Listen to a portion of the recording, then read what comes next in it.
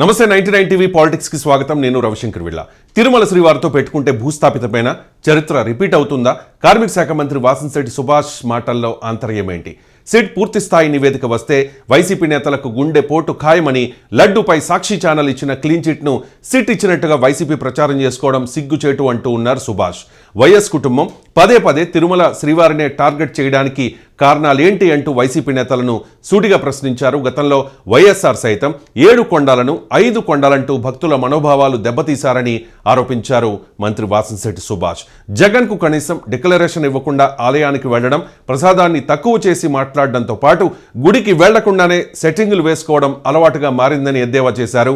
TTD మాజీ chairman Bhumana Karunakar Reddy మనుషులు తిరుమలలో ఖాళీ మద్యం బాటిళ్లు పెట్టి అడ్డంగా దొరికారని విమర్శించారు. కల్తీ జరిగిందని సిట్ నివేదికలో నిర్ధారణ అయినా కూడా సంబరాలు చేసుకోవడానికి సిగ్గుందా అంటూ వైసీపీ నేతల తీరును ఎండగట్టారు సుభాష్. జగన్కు దేశభక్తి ఎలాగూ లేదని, దైవభక్తి కూడా లేదని తేలిపోయిందని ఎద్దేవా చేశారు. తిరుమల శ్రీవారు అంటే కోపం ఎందుకో జగన్ చెప్పాలంటూ డిమాండ్ చేశారు.